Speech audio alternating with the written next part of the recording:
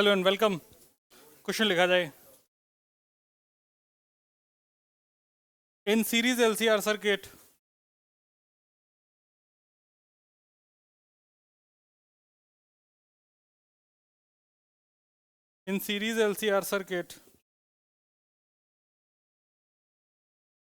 find heat developed in series LCR circuit find heat developed in 80 seconds. Find heat developed in 80 seconds. And second part, find wattless current.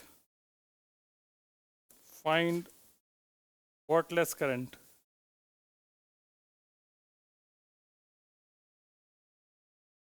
कीजिए।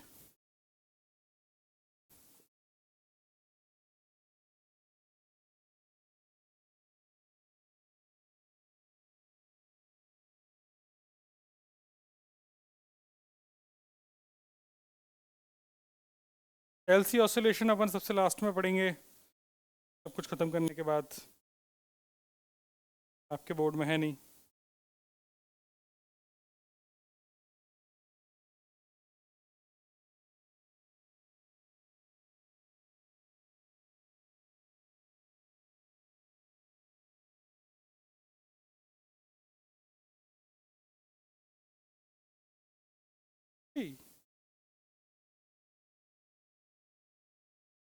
कर ले बेटा।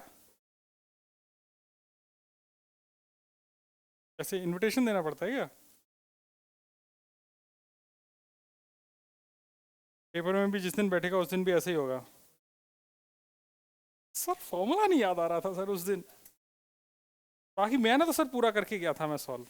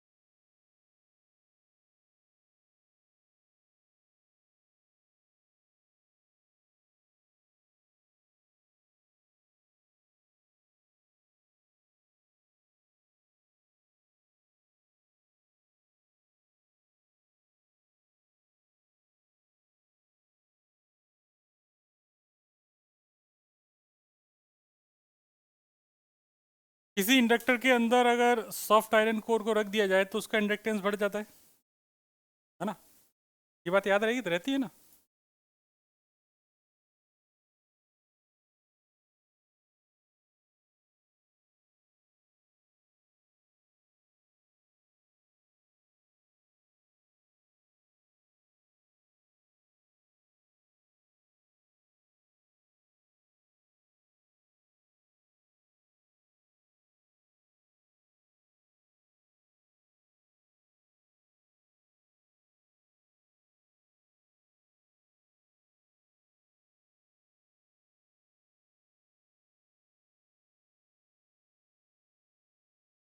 क्या बेटे?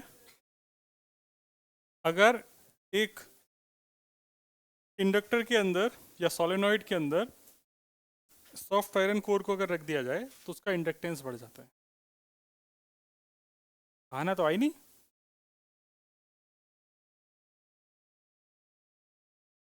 अपनी सहेली के पास नहीं बैठी तू? तेरी सहेली तुझे मिस कर रही थी।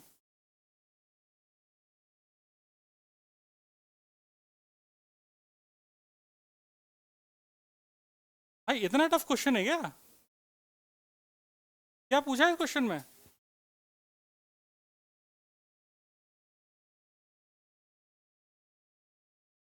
Wattless current and heat generated. तो हीट का फॉर्मूला क्या होता है? Power into time. इस सर्किट में पावर ही तो निकालनी है, पावर इनटू टाइम करना है। करो। पावर को क्या लिखा है तुमने? ठीक है, क्या आंसर आ रहा है इसका? अभी बताता हूँ।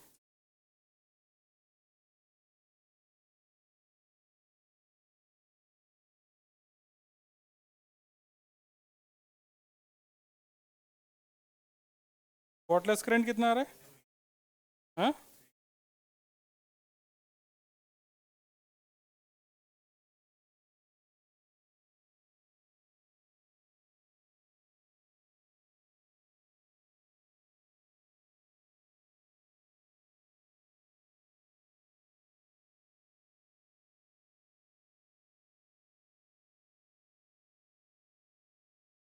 आ गया क्वेश्चन।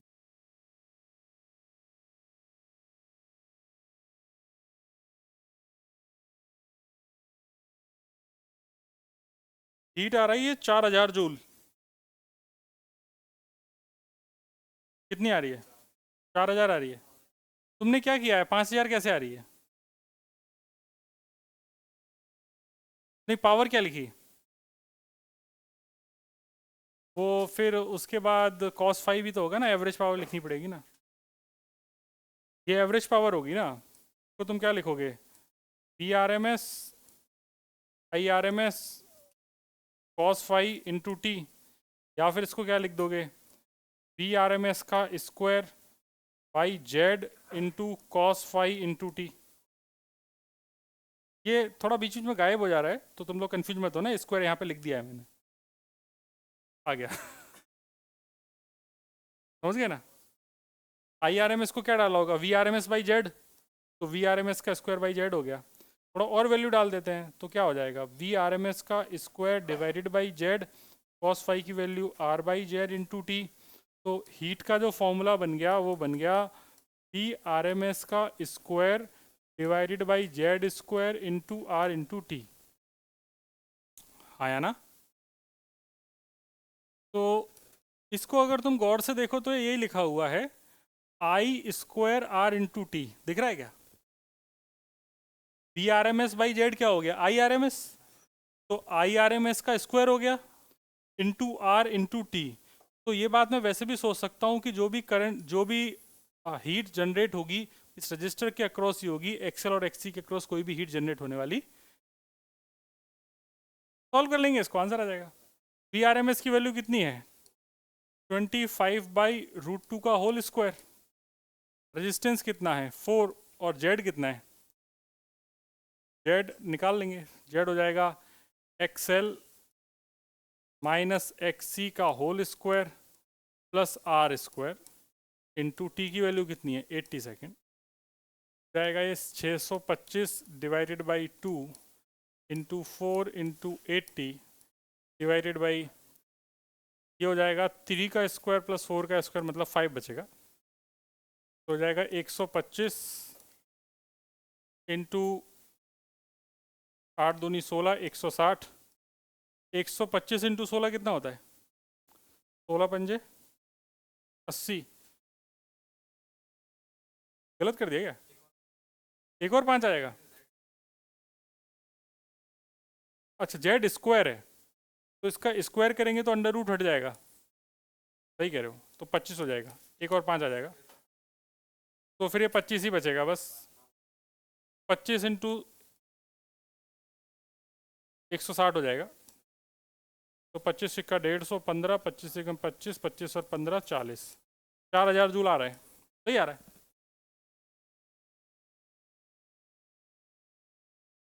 क्या समझ में आ गया आप लोगों के? मतलब फॉर्मूला अपन ने यही डाला है, इसमें बस वैल्यू डाल दी है। जेड के लिए जो फॉर्मूला इस्तेमाल किया है वो है एक्सएल माइनस एक्सी का स्क्वायर, तो तुम्हें याद ही है वैसे, प्लस आर स्क्वायर का अंडर रूट। ओके, ठीक है, चलो भाई। अच्छा, इसका सेकंड पार्ट भी था। सेकंड पार्ट क्या कह रहा था? Wattless current. वॉटलेस करंट से मतलब क्या जानना चाह रहा था? I R M S sine phi, यही जानना चाह रहा है। बताओ कैसे करेंगे? सर हमें क्या पता कैसे करेंगे, आप देखो। चलो मैं ही बताता हूँ, आप लोग ये छाप लो, मैं बताता हूँ। छाप लिया? आया ना? अरे छाप लिया क्या? अरे जिंदा हो?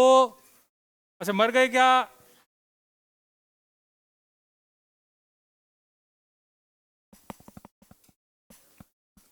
क्या हुआ है आज इतना तुम लोग?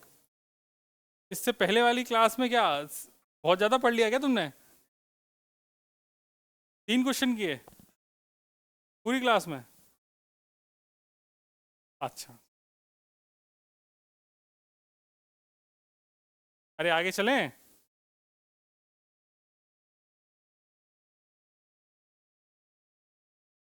देखो, उसने बोला है कि आप IRMS साइन फाई की वैल्यू बताएं। इसको कैलकुलेट करने के लिए पहले आपको कॉस फाई पता होना चाहिए। कॉस फाई होता है R/Z।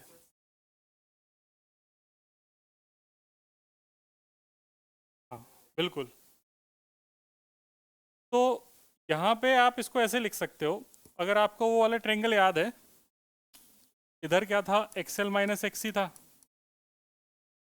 ये फाई था, इधर R था, ये Z था। याद आ गया क्या?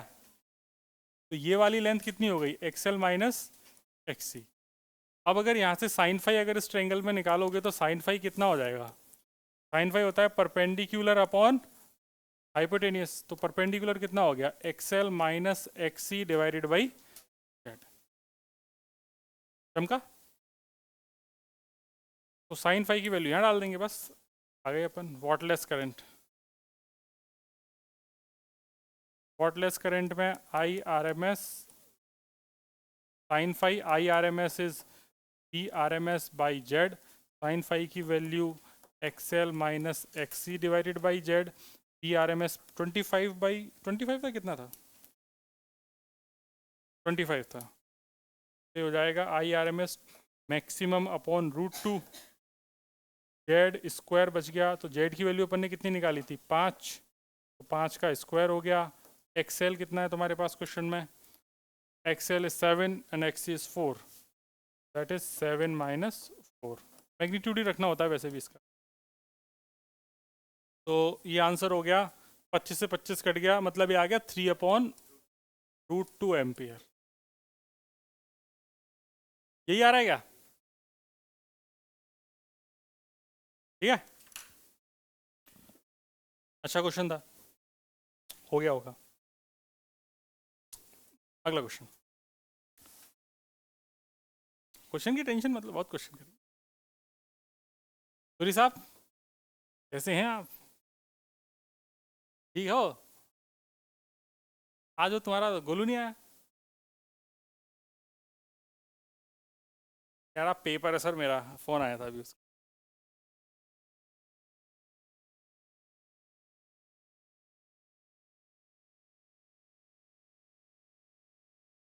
देखिए question, in given circuit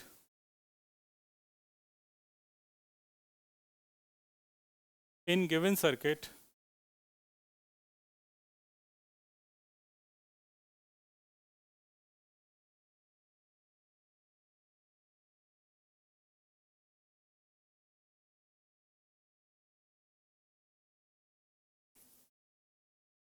V1 and V2 are same.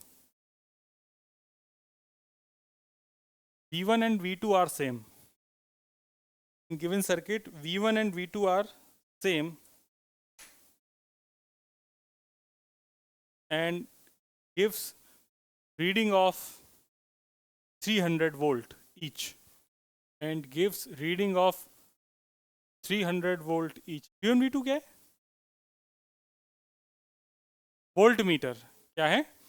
Volt meter. दिख भी रहा है ना, ये मैंने लिख भी रखा है, V1 का मतलब है वोल्ट मीटर है, तो इसलिए इनकी रीडिंग भी दे रखी है। वोल्ट मीटर्स की रीडिंग दोनों की कितनी है, 300। The reading, find the reading of voltmeter V3. Find the reading of voltmeter V3 and ammeter A.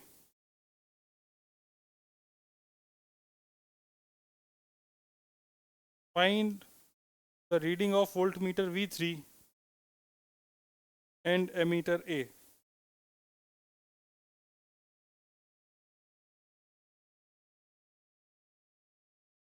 करो।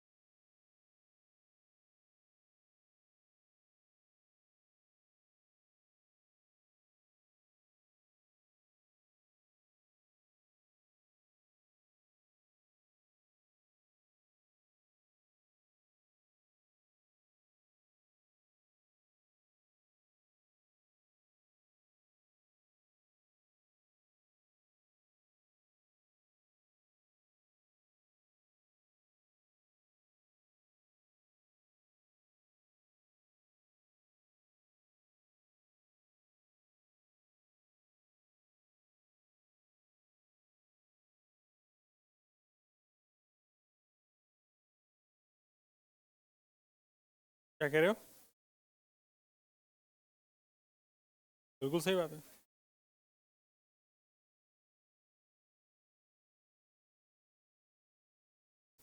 क्या लग रहा है, क्या आंसर आएगा क्वेश्चन का और किसका? क्या कह रहे हैं? V3 हो जाएगा सर 220 वोल्ट। ठीक है, और करंट कितनी आएगी? करंट बताओ।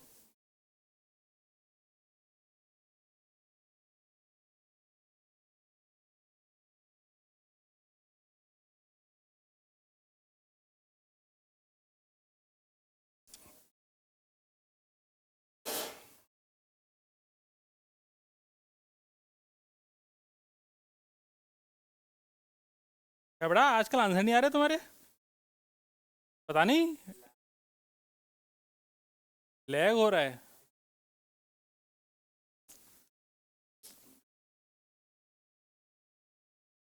मैं सोच रहा हूँ कि जो इन्होंने तरल पदार्थ का सेवन किया है,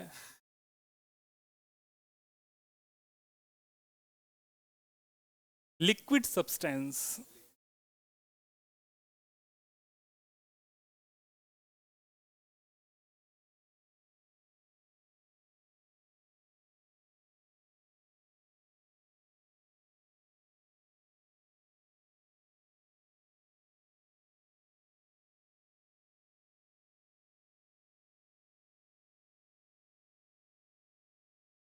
हिंदी है नहीं ना उसके पास 12वीं में।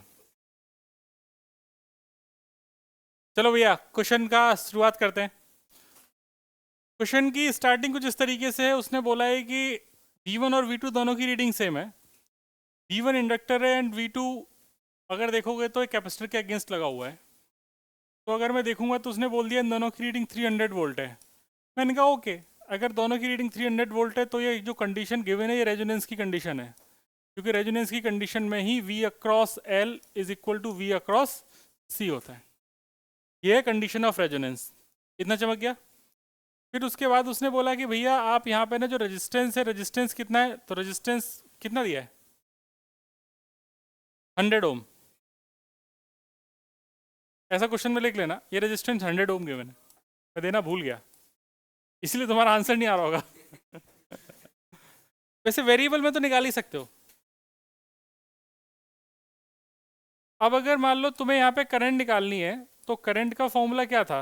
करंट हो जाएगा V/Z। लेकिन रेजोनेंस की कंडीशन में यहाँ पर जो होगा V, तो Z किसके बराबर होता है? R के। ये तो बता ही रखा है रेजोनेंस के टाइम। तो जो करंट होती है वो मैक्सिमम होती है और उसकी वैल्यू होती है V/Z। अब इसमें तुम एक चीज़ समझो, उसने क्वेश्चन में जो करंट पूछा है वो पूछा है एमीटर क्या रीडिंग देगा। तो एमीटर जो भी रीडिंग देगा वो कौन सी वैल्यू होगी? तो यहाँ पर ऊपर क्या लिखना चाहिए? RMS। और क्वेश्चन में जो गिवन है वोल्टेज वो मैक्सिमम है या RMS? वह कुछ नहीं दिया उसने, तो RMS ही है। तो क्या दिया है? RMS। तो यहाँ से अपने पास जो IRMS आ जाएगा वो हो जाएगा 220 डिवाइडेड बाई 100, तो आंसर कितना हो जाएगा? 2.2 एम्पियर। ठीक है, कितने लोगों का सही है? पहला वाला 100 ओम के बाद तो आ ही जाएगा सर। ये AIPMT 2010 का क्वेश्चन है।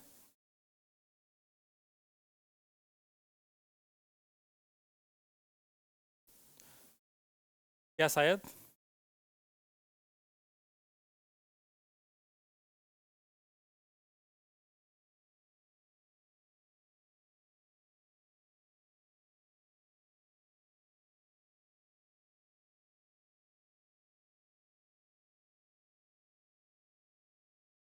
हाँ, V3, क्योंकि देखो जो भी वोल्टेज होगा वो किसके अक्रॉस होगा? रजिस्टर के अक्रॉस ही होगा सोर्स का। तो ये दोनों तो खत्म हो गए, तो अब तुम जो V लिखोगे वो क्या लिखोगे? VR के बराबर। क्योंकि V की वैल्यू क्या लिखते हैं? VL माइनस VC का स्क्वायर प्लस VR का स्क्वायर का अंडर रूट। VL VC तो ये तो दोनों बराबर होके जीरो हो गए वाला ही टर्म, तो V किसके बराबर आ गया? VR के। Okay, yes sir no sir? अरे वो जल्दी बोलो, यस सर नो सर? अरे yes sir no sir? No sir. हाँ, बिना IRMS के। एक्चुअली क्या है ना, कॉमन सेंस बड़ी खतरनाक चीज है। देख, तुम्हें पहले बोल दिया कि भैया ये दोनों एक दूसरे के बराबर हैं, तो जो भी वोल्टेज होगा वो किसके साथ फेज में होगा? करंट के साथ। और जो वोल्टेज फेज में होगा उधर ही क्या होगा? रेजिस्टेंस। तो जो वोल्टेज होगा सोर्स का वो किसके बराबर होगा? VR के। दूसरा सोचने का तरीका, V इज इक्वल टू होता है under root VL minus VC का स्क्वायर प्लस VR का स्क्वायर। ये वाली टर्म तो जीरो हो गई, तो V किसके बराबर हो गया? VR के। समझे? ठीक है दोस्त, चलो आगे बढ़ते हैं। अगली हेडिंग लिखी जाए, ट्रांसफॉर्मर।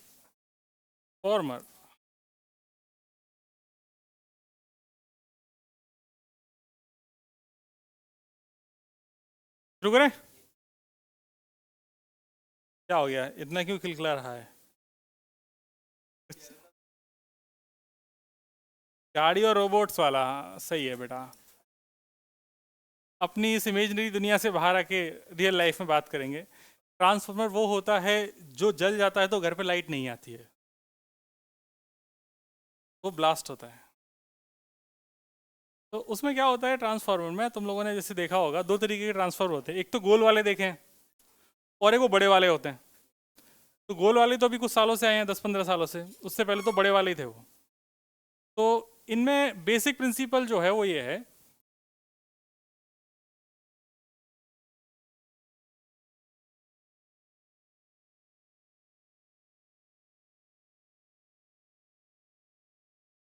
कि दोस्त जिंदगी बड़ी रंगीन है।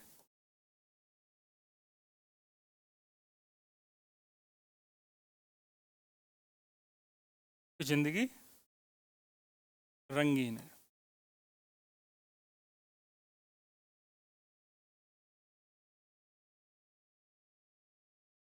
जिंदगी तो रंगीन ही है। अरे वाह,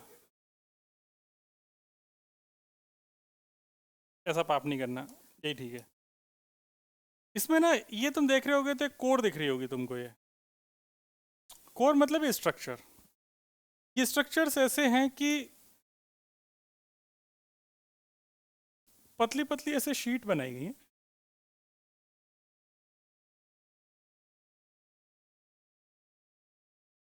जो एक के पीछे एक ऐसे अलाइन करी गई।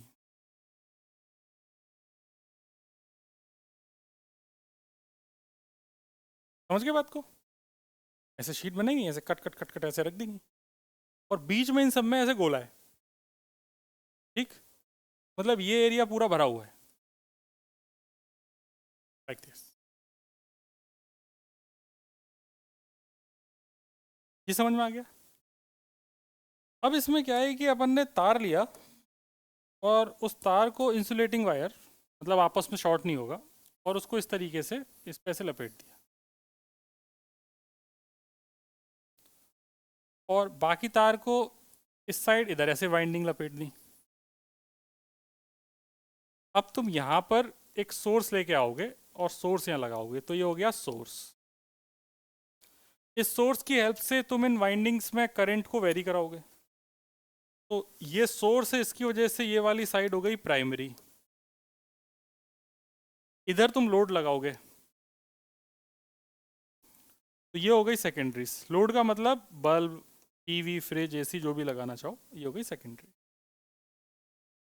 अब हो क्या रहा है कि यहाँ पर जैसे तुमने करंट को चेंज किया तो कुछ फ्लक्स होगा जो इसके साथ लिंक हो रहा होगा।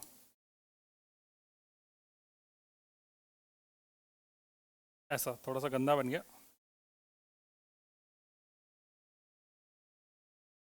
इस तरीके से ऐसे ऐसे लिंक हो रहा होगा। अगर तुमने यहाँ पर करंट को चेंज किया तो इसके अंदर से फ्लक्स चेंज होगा, फ्लक्स चेंज होगा तो इसके अंदर का फ्लक्स चेंज होगा, अगर इसके अंदर का फ्लक्स चेंज हुआ तो यहाँ पर एक ईएमएफ जनरेट होगा, ईएमएफ जनरेट होगा, तो ईएमएफ जनरेट होने से यहाँ पे करंट आएगी। ये फ्लक्चुएटिंग एसी है तो यहाँ पर जो जनरेट हो रहा होगा ईएमएफ वो भी फ्लक्चुएटिंग होगा, तो यहाँ पर जो करंट प्रोड्यूस होगी वो भी फ्लक्चुएटिंग होगी। ये जो कोर है ये सॉफ्ट आयरन कोर है। सॉफ्ट आयरन कोर का काम ये है कि भैया जो भी यहाँ पे फ्लक्स है वो मैक्सिमम फ्लक्स इस कोर के थ्रू ही पास करे।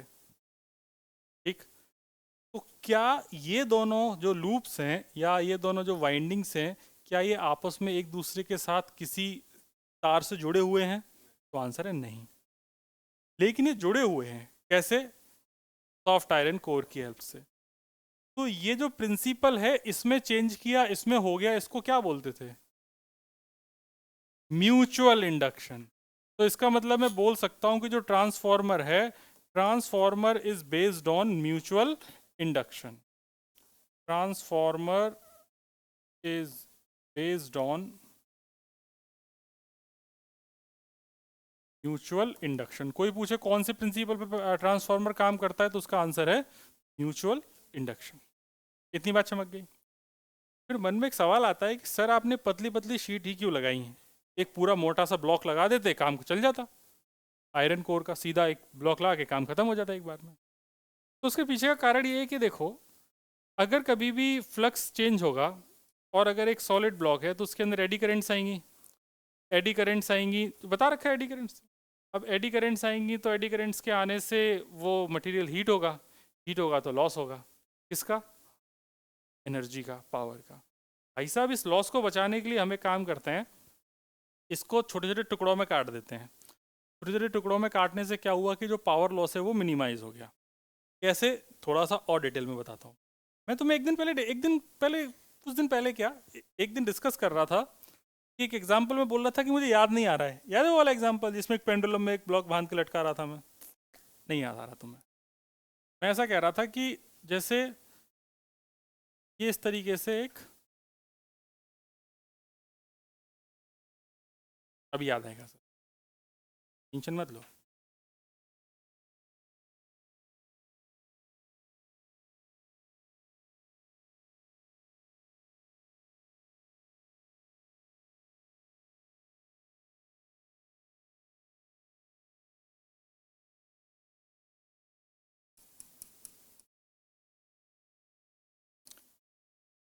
ये नॉर्थ है, ये साउथ है। तो नॉर्थ और साउथ के बीच में अपन ने एक ऐसे पतली सी लोहे की शीट ली। ऐसे नॉर्थ पोल इधर है, साउथ पोल इधर है मैग्नेट का, और दोनों ऐसे पास पास है, और एक बीच में ऐसे शीट ली जो से ऐसे वर्टिकली हैंग कर दिया। अब इसको मैं इधर से यहाँ से लेके यहाँ पे ले जाके मैंने इसको ड्रॉप किया, ऐसे छोड़ दिया तो ऐसे ऑसिलेट होके यहाँ पे आएगी।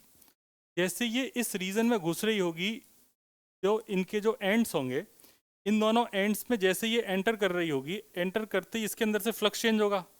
फ्लक्स चेंज होगा तो फ्लक्स चेंज के अपोज करने के लिए यहाँ पे एडी करेंट्स आ जाएंगी।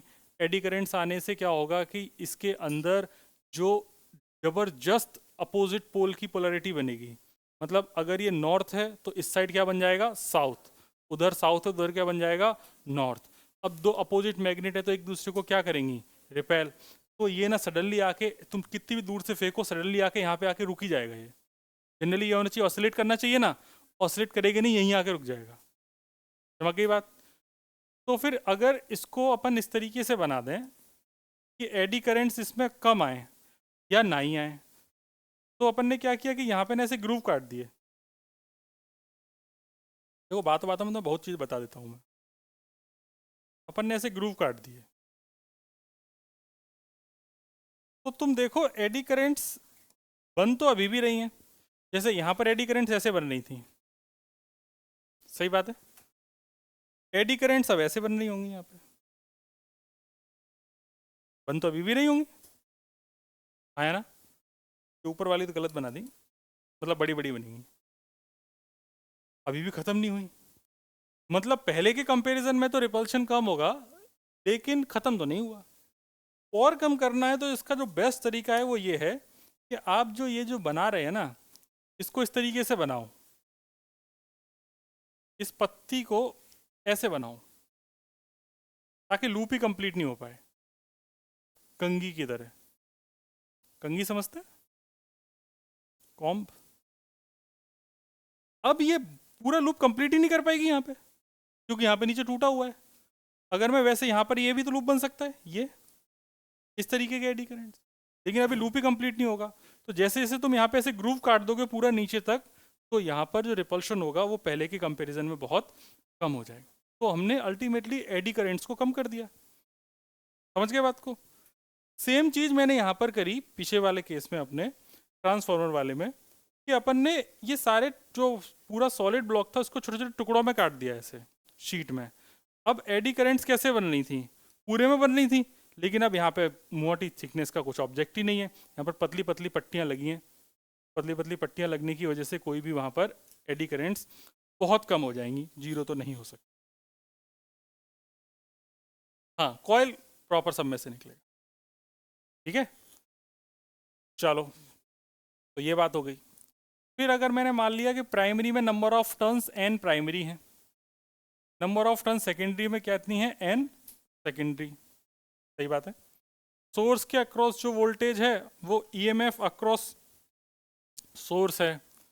ये ईएमएस या सोर्स को ना बोल के अपन इसको प्राइमरी बोल देते हैं, वरना कंफ्यूज हो जाएंगे। और यहाँ पर हो जाएगा जो जनरेट होगा ईएमएफ सेकेंडरी, यही तो जनरेट हो रहा होगा। पूरे डिस्कशन में एक चीज़ देखो, इनिशियली मैं कोई भी लॉस मानूंगा ही नहीं। मेरे लिए कोई लॉस नहीं हो रहा है, सब कुछ सही चल रहा है, दुनिया में बहुत शानदार चीज़ें चल रही हैं। अगर कोई लॉस नहीं हो रहा है तो जो फ्लक्स इस प्राइमरी के साथ लिंक्ड है वही फ्लक्स इसके साथ यहाँ पर आएगा। तो मैं मान रहा हूँ कि फ्लक्स लीकेज जीरो है, मैं ऐसा अज्यूम कर रहा हूँ, assuming flux leakage is equal to zero. Real में तो ऐसा नहीं होता है, रियल में तो एनर्जी लॉस होती है। अब फ्लक्स लीकेज जीरो करने से क्या हुआ कि जो फ्लक्स लिंक्ड विद प्राइमरी है is equal to flux linked with secondary.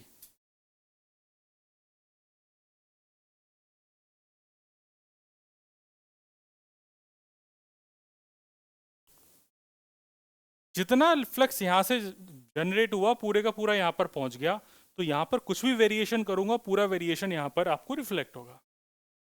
तो हमें ये पता था कि अगर ये बात है तो मैं बोल दूंगा कि जो भी ईएमएफ या प्राइमरी में जनरेट हो रहा होगा वही किस में जा रहा होगा, सेकेंडरी में।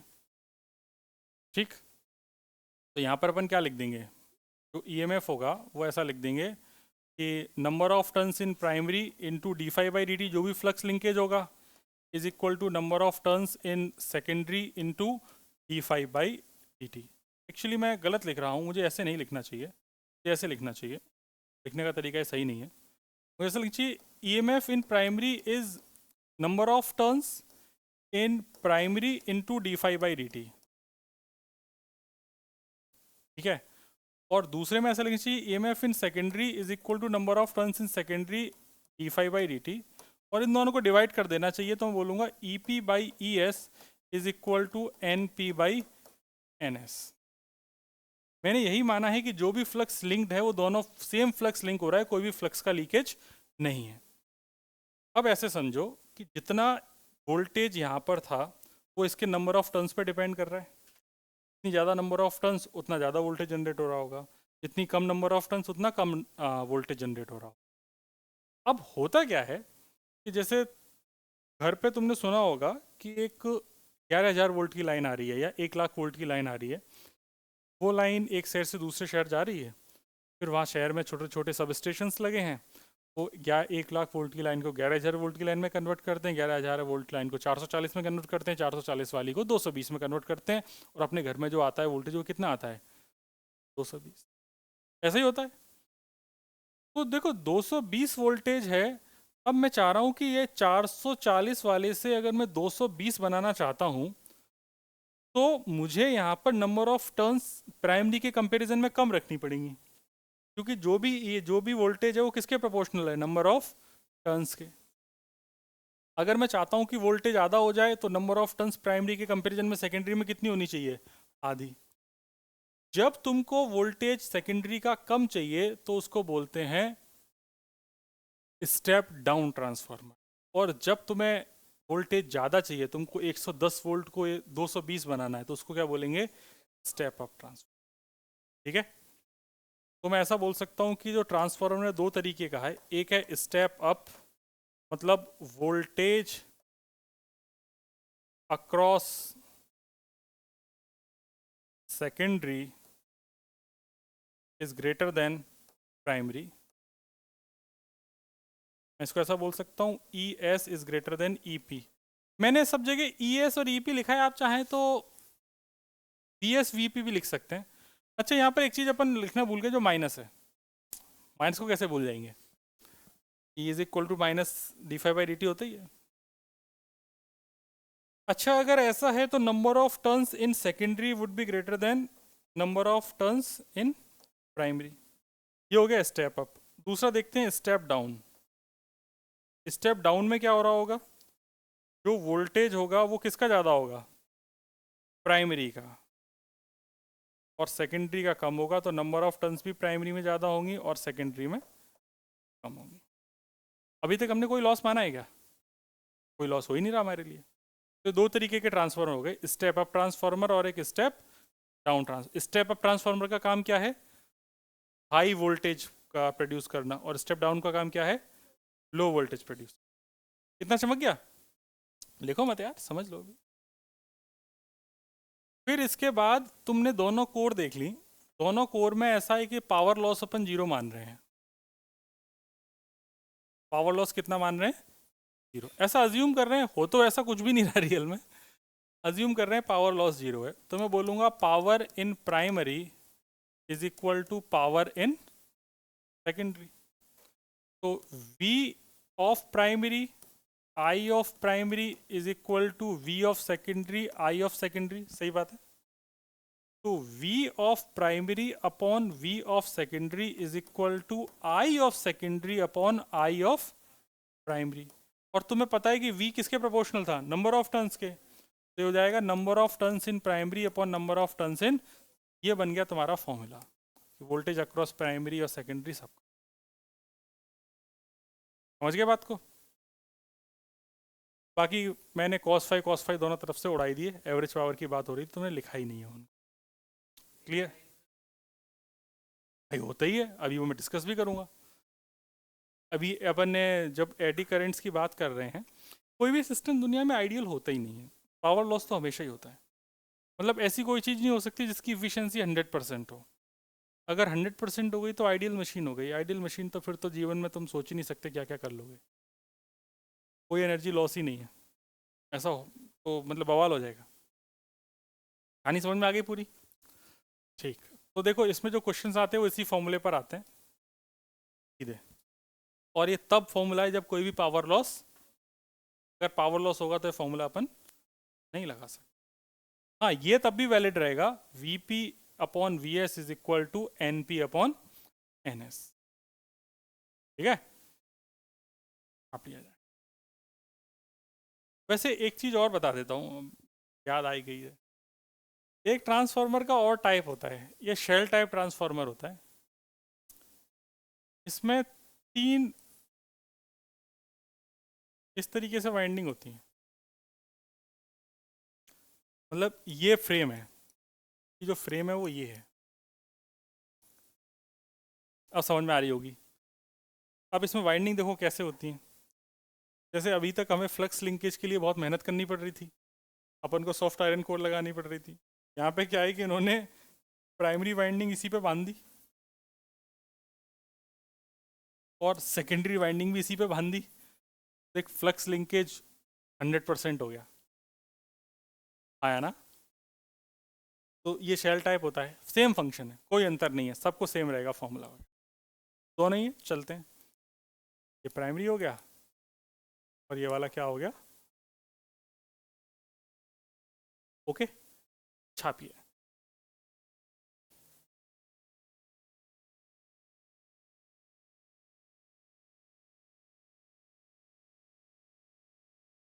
चलिए, अच्छा ये लिखना है क्या, लिख लो लिख लो।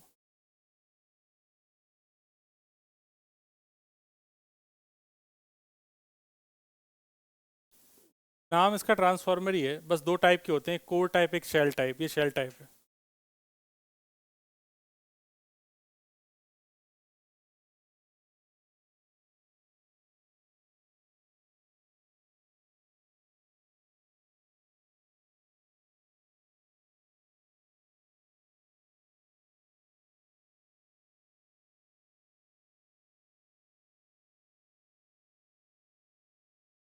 आज बेस्ट टू वाले कितने हैं,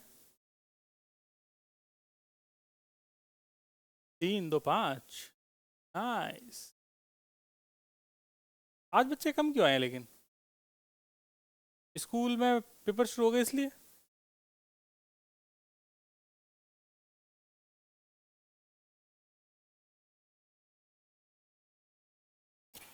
शुरू करें,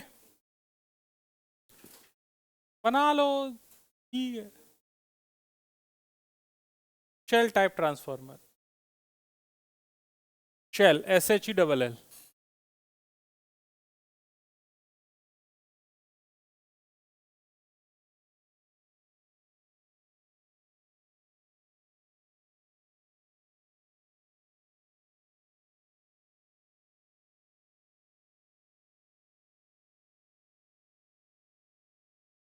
लिख लिया, इनको स्पेलिंग नहीं समझ में आ रही वो ये लिख लेना।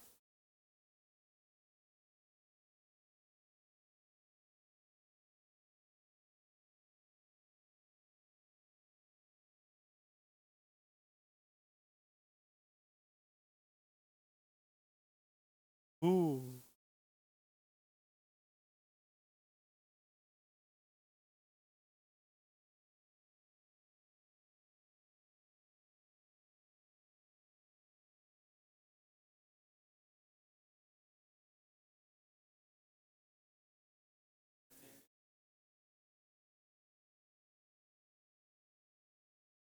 बेटा तो हिंदी के न्यूज़पेपर पढ़ा कर, कुछ दिन में तो सीखेगा। तुम में से कितने लोगों को हिंदी पढ़ना नहीं आती, ये भाई यार ये तो बड़ी मतलब आरामी कंडीशन है।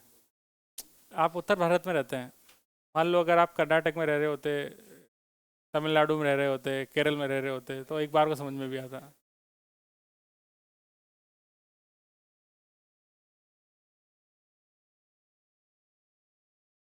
लिखिए,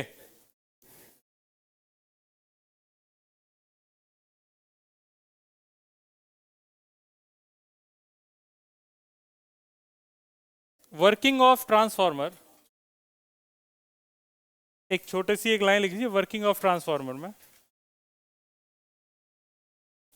प्रिंसिपल म्यूचुअल इंडक्शन है, मैं छोटी सी बात लिखा रहा हूँ, working of transformer, it regulates AC voltage, it regulates AC voltage and transfers the electrical power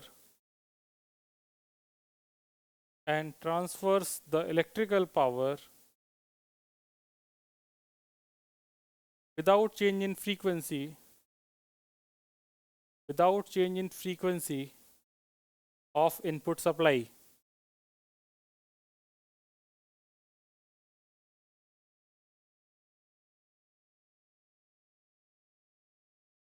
ठीक है, input supply, frequency of input supply. Next point, ये इसका पॉइंट नहीं है वर्किंग का, ये इन जनरल पॉइंट्स हैं। Transformer cannot work with DC supply. Transformer cannot work with DC supply. क्यों? बिल्कुल फ्लक्सी जनरेट नहीं होगा.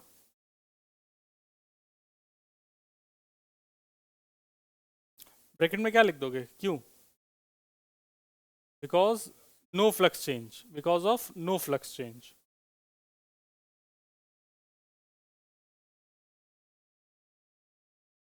Next, transformer has no moving part. Transformer has no moving part. Hence there are no mechanical losses. Hence there are no mechanical losses.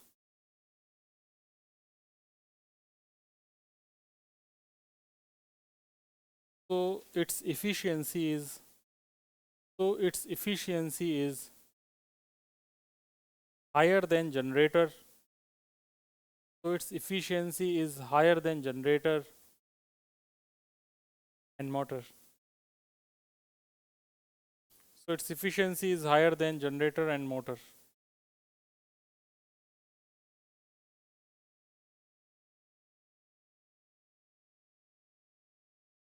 Next point. Step up transformer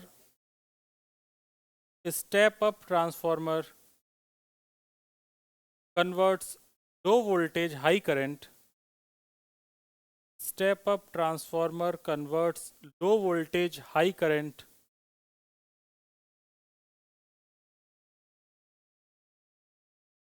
देखो power तो same ही रहनी है ना.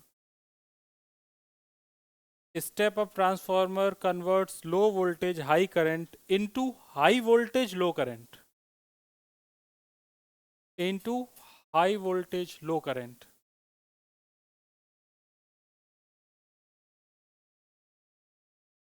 And step down transformer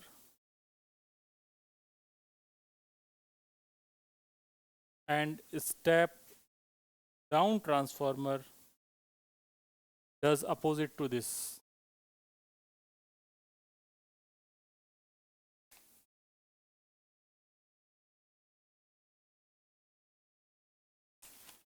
ठीक है बंधु? ओकी. ये वाला लाइन भी लिखा ही लेते हैं. Power transmission is carried out always at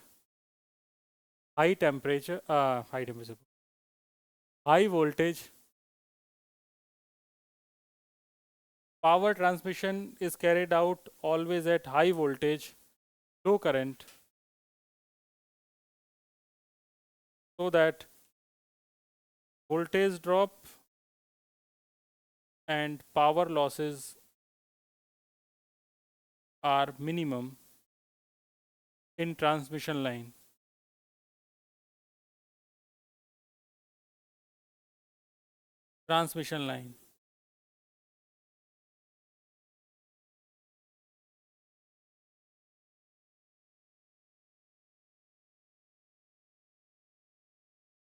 अगली हेडिंग, losses in transformer.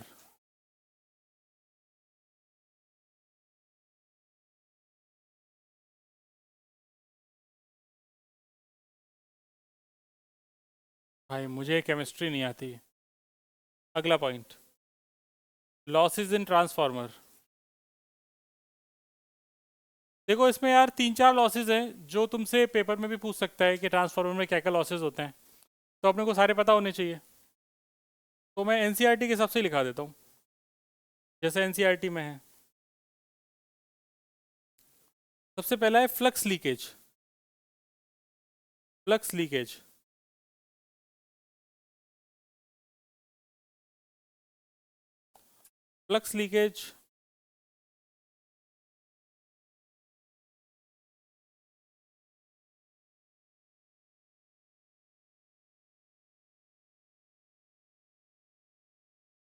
इस बात को थोड़ा सिंपल शब्दों में लिखाया जाए क्या, जो ऐसा एनसीईआरटी में लिखा है.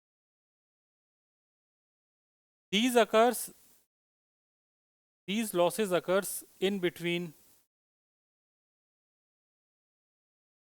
both the coil of shell part, both the coils of shell part due to air gap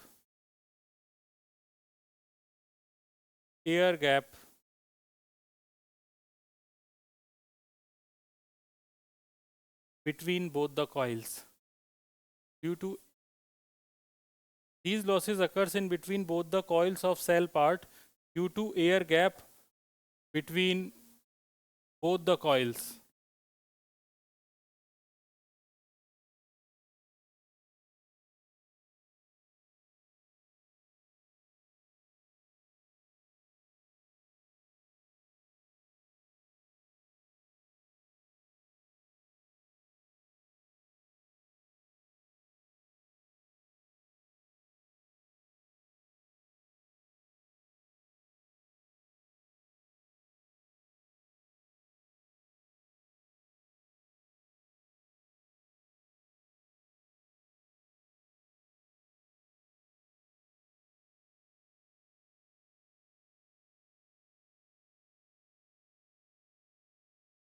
next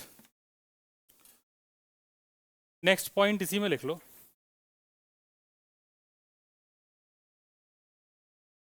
To minimize these losses, both coils are tightly wound. To minimize these losses, both coils are tightly wound over a common soft iron core. Minimize these losses, both coils are tightly wound over a soft iron core.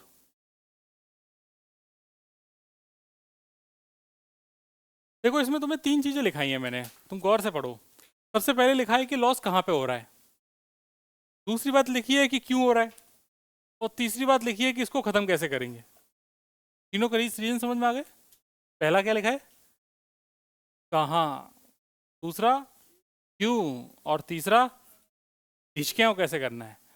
दूसरा loss लिखा जाए, copper और joule heating losses. Copper और joule heating losses, joule JULE, वही joule वाला.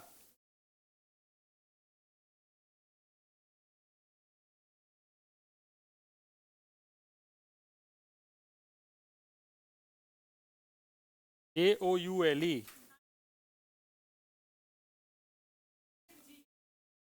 है ना, ना JOULE,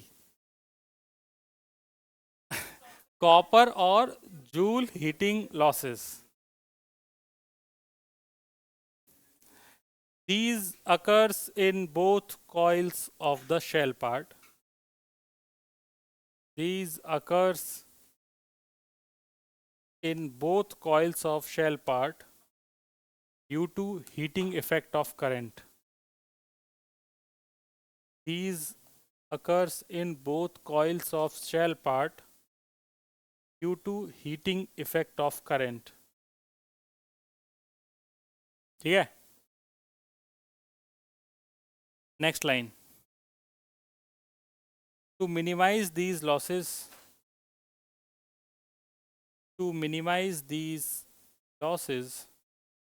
high current coil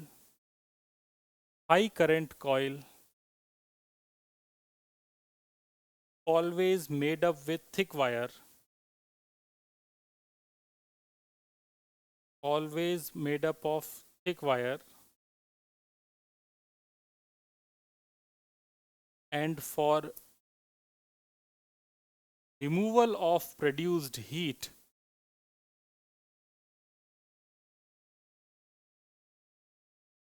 circulation of mineral oil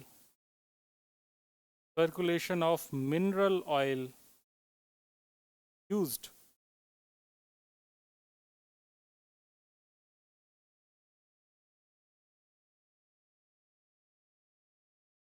अरे यार, आप लोगों को ना एक बात बताता हूँ. ट्रांसफार्मर में ये जो ऑयल भरा जाता है ना, ये ऑयल करीबन मतलब जब मैं छोटा था तो 40 या 50 रुपए लीटर बिकता था। तो क्या होता था कि हर कुछ दिन में ट्रांसफार्मर से ऑयल चोरी हो जाता था गांव में हमारे। उसमें क्या करते थे, जैसे लाइट गई, आए लोग, उन्होंने आराम से शॉर्ट सर्किट किया पहले कि अगर लाइट आएगी तो अपने आप सारा फूट जाएगा, पीछे ट्रिप हो जाएगी लाइट।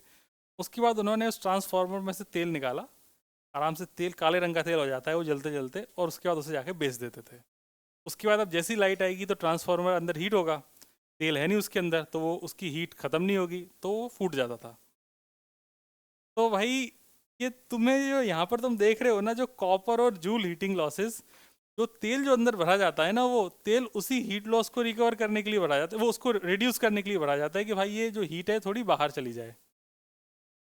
आजकल के जो ट्रांसफार्मर्स है उनमें ये ऑयल आई थिंक या तो आता नहीं है या कम आता है, इसकी मुझे जानकारी अभी है नहीं। जो नए वाले आ रहे हैं एकदम लेटेस्ट वाले, बड़ों वालों में तो अभी भी आता है। जो लेटेस्ट अभी आ रहे हैं, जो लग रहे हैं एकदम लेटेस्ट, उनमें शायद कुछ तो नई टेक्नोलॉजी है जिसमें शायद तेल की ज़रूरत नहीं है, तो इसकी वजह से उसमें लॉसेज अब नहीं होते, मतलब ये तेल लोग बेच नहीं पाते। Next, iron losses. Iron losses वही जिसकी कमी से तुमको एनीमिया हो जाता है। आयरन लॉसेस, आयरन लॉसेस दो तरीके के होते हैं। एक तो एडी करेंट्स, लिख लो। एडी करेंट्स तो मैं पढ़ा ही चुका हूँ तो मैं बताऊंगा नहीं। एडी करेंट्स, इसकी वजह से अपन क्या करते हैं, उनको थिन शीट्स में काट देते हैं। और दूसरा लिख लो hysteresis losses.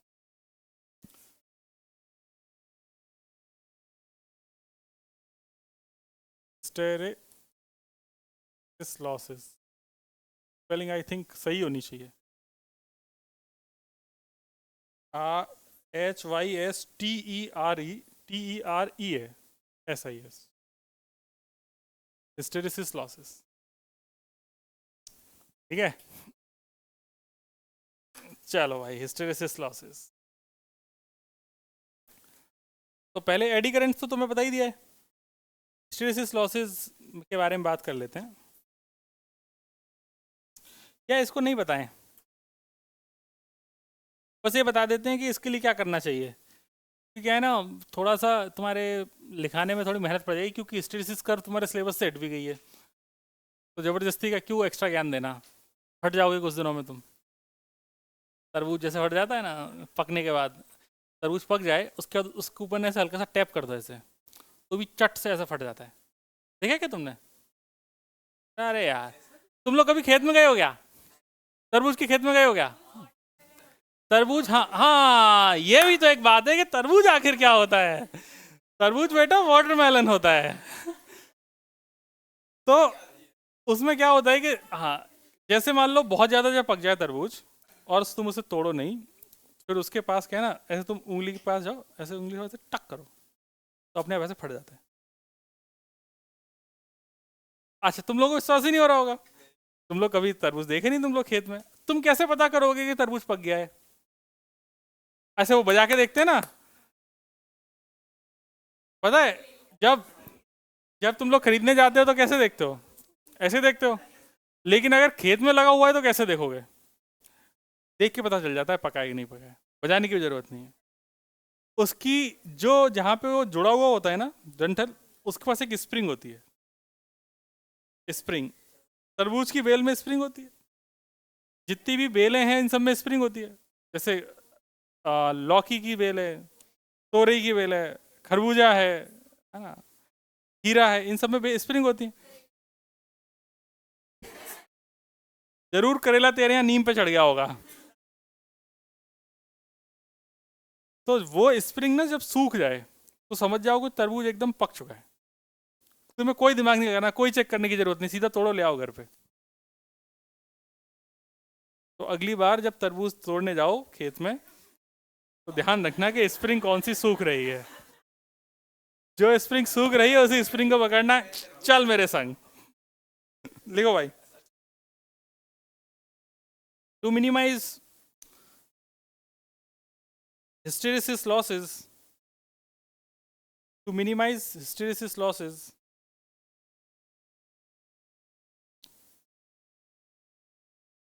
material of the transformer core should be such that material of the transformer core should be such that it can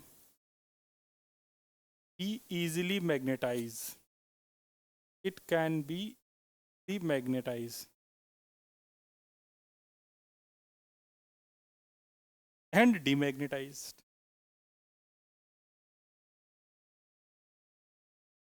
For this purpose,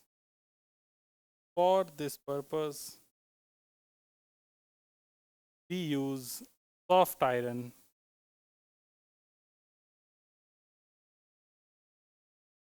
हाँ, देखो जो सॉफ्ट आयरन है वो दोनों ही कामों में बढ़िया है. हाँ हाँ, yes. For this purpose soft magnetic soft material should be used. ठीक है ना? हाँ ठीक है, एक ही बात है. सॉफ्ट मटेरियल तो सॉफ्ट आयरन को ही इस्तेमाल होता है, तो सॉफ्ट मैग्नेटिक मटेरियल ही है वो. ठीक है जी. सॉफ्ट आयरन का काम ही वही है. सॉफ्ट आयरन का मतलब होता है लो रिटेंटिविटी. फिर वही बात, अब तुम्हें पढ़ा ही नहीं है तुमने हिस्टेरेसिस. लो रिटेंटिविटी होती है उसकी. रिटेंटिविटी क्या होती है? रिटेंशन, बाद में मैग्नेटिक फील्ड का रहना. तो उसमें लो रिटेंटिविटी है, लो कोरेसिविटी है. तो जो हार्ड के रेस्पेक्ट में ना वो लो है उसकी. मतलब जो रिटेंशन जो तुम कह रहे हो ना, वो रिटेंशन मिनिमाइज होना चाहिए. तो सॉफ्ट आयरन कोर का मिनिमाइज होता है मटेरियल, इसीलिए वो परमानेंट मैग्नेट उसी की बनती है ना. मैं क्या बात कर रहा था? नहीं रहना चाहिए. वो मैग्नेट अपने आप में ही बन जाएगा तो फिर फ्लक्स कैसे पास करेगा? अपने आप की मैग्नेट अपने आप का फ्लक्स बनाना शुरू कर देगा. तो कुछ और कहना चाह रहा था. क्या कहना चाह रहा था? क्वेश्चंस करते हैं, अध्याय को समाप्त करते हैं. लिखो. हाँ, सारे क्वेश्चंस. अरे यार, खाना शुरू नहीं किया कि कितनी रोटी खाओगे, कितनी रोटी रख दूं थाली में? अरे भाई ऐसे नहीं पूछते यार, कराने तो दे क्वेश्चन. दी नहीं तो लिखो. Step down transformer is use to reduced. Step down transformer, question है. A step down transformer is used to reduce the main supply. A step down transformer is used to reduce the main supply of 220 volt to 11 volt. 220 volt to 11 volt. 220 volt to 11 volt. If the primary coil draws a current of 5 ampere, if the primary coil draws a current of 5 ampere,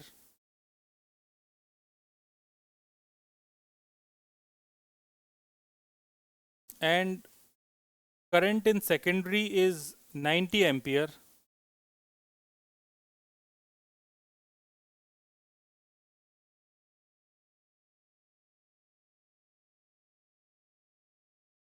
what is the efficiency of the transformer? What is the efficiency of the transformer? What is the efficiency of the transformer?